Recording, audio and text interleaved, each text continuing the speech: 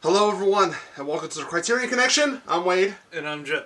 And for this Thanksgiving-esque special, we are doing a new release, a new Blu-ray release, 4K Blu-ray release. Movie all about family. Yes, it's about family. It's about bullets. Yep.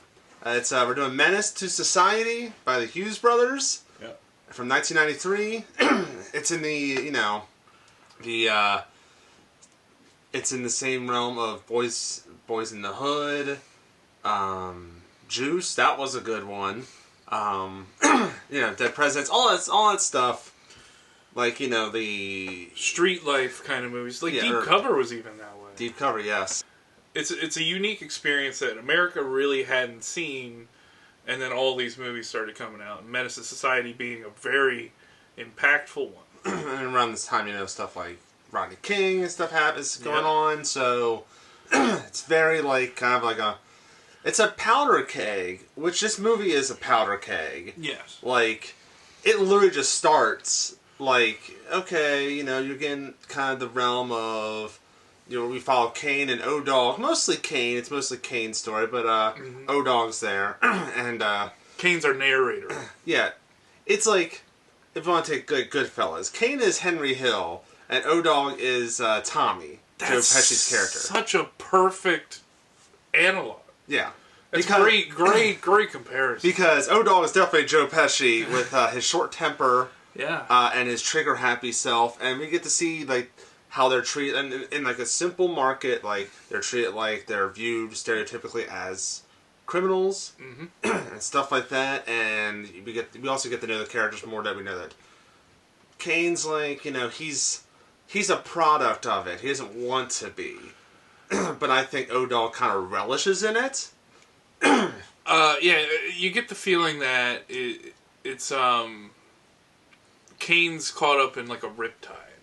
Yeah. You know what I mean? He's caught up, he gets caught up in it, just by happenstance, where he's from and who his friends are. Who his parents were. Yes. But, O-Dog is fully confident in immersing himself in the life. Yeah. Whereas Kane, his personality is fighting him on it. It's not naturally how he is. It's kind of like the idea of he has these roots of crime with his dad and his mom being heroin addicts and stuff like that. But also you have the good influences of his grandparents. It was great, yep. Even Ronnie. There's good influences, kind of he's really... And it's great, because I was doing a little research, and Siskel and Ebert loved the movie, of course. It's a great movie. Ebert said... That's a spoiler. Ebert said that Kane is not really treated like he's a hero or a villain. It's very morally ambiguous, which is funny because... Not funny, but it's interesting because his name is Cain, and Cain and Abel, Cain killed his brother, so Cain is the bad brother. So he's it's kind of by birth he was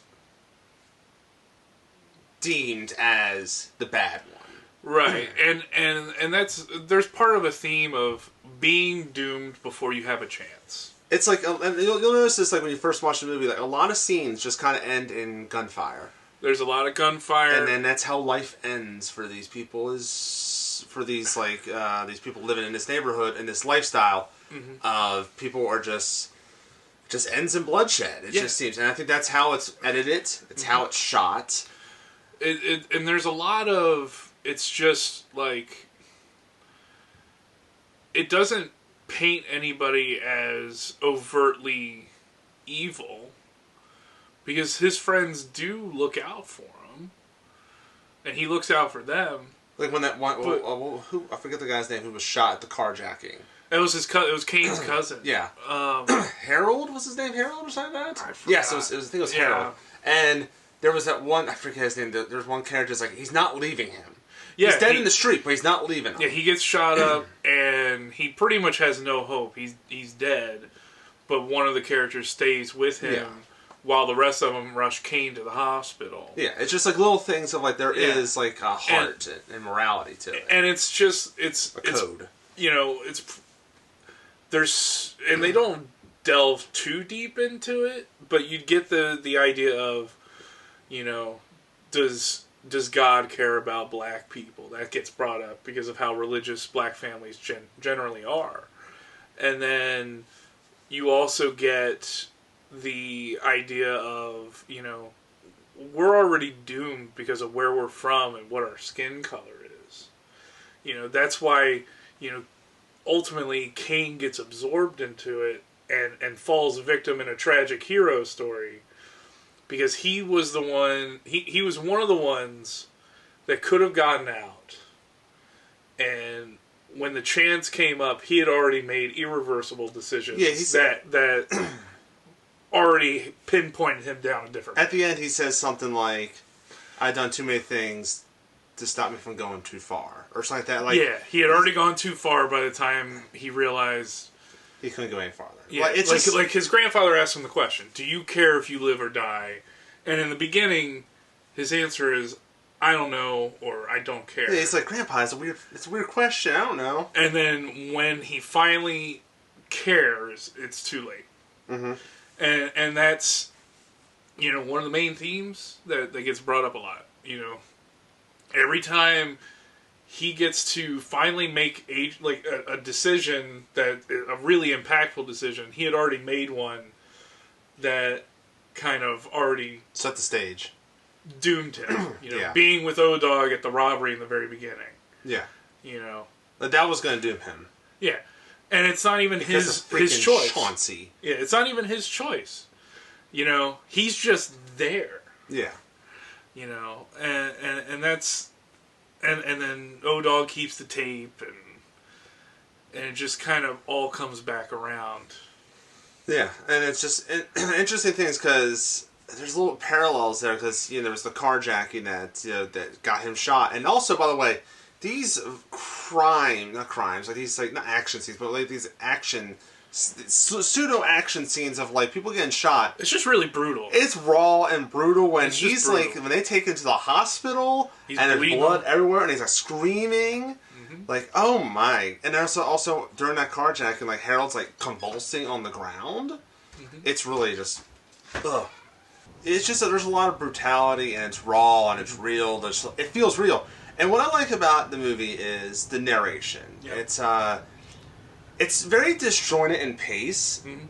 It's like these are journal entries. Like, it's memories in his mind. And there's little moments that we have to mention we talk about Deep Cover. The director of Deep Cover was in this film in the interrogation scene because the fingerprints of the bottle and stuff like that.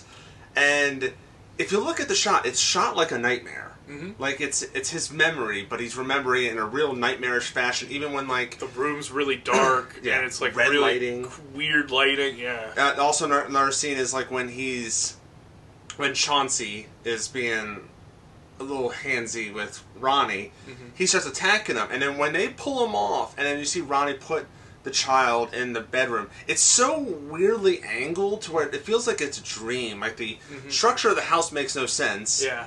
It's just like these are memories of his, and all the bad ones are always dark, and there's blues and reds, and stuff like that, but when it's like, he's really happy, like we mentioned the carjacking. There's a parallel of the carjacking, but then he jacks that one guy for a hamburger. Yeah. And, the rims and stuff like that, and the jewelry and stuff like that. Yeah. I'm sorry, double cheeseburger with cheese. I'm sorry, I had to be specific there.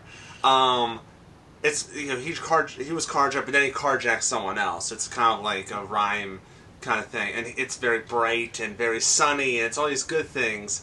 Yeah, so the main question, Joe, is, would you recommend this film to the general audience? I would... with the, preface of, this ain't a happy time movie.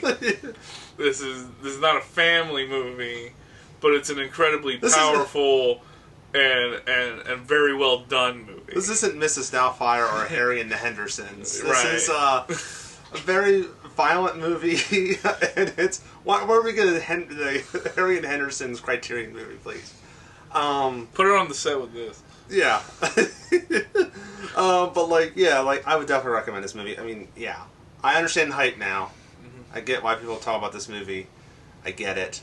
And there's a 4K Blu-ray release that just came out, so I'm like, I might pick that up because as of this recording, tomorrow's Thanksgiving. Yep. And that 50% off sale ends really soon, so maybe I should put that in my list. I don't know. So hit subscribe, like the video, and share it. Spread the word. We are nearing 200. I think sometime in a few months we'll be in episode 200 territory. Yeah. So make suggestions for all these movies coming up. There's a lot of movies they released for January and February. Let us know in the comment section. You know the drill. It's the same thing. We've been doing so almost 200 episodes, so keep on keeping on. So until next time, I'm Wade. And I'm still Joe. And we will see you later.